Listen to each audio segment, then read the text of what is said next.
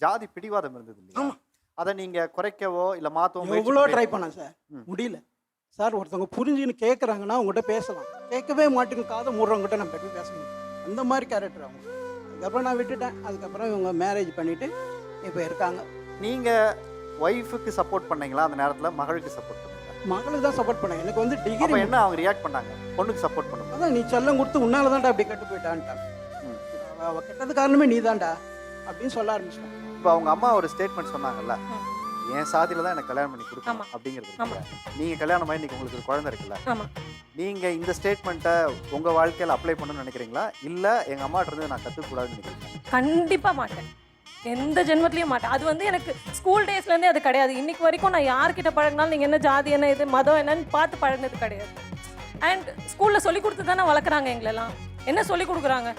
ஜாதிகள் இல்லையடி பாப்பான்னு சொல்கிறாங்க. அப்போ இருக்கும்போது நான் எதுக்கு ஜாதியை பார்க்கணும்? அண்ட் அது ஒன்றுத்துக்கும் உதவாது சார். இல்ல அவங்க ரொம்ப அழகா ஒரு விஷயம் கேக்குறாங்க, சாதிகள்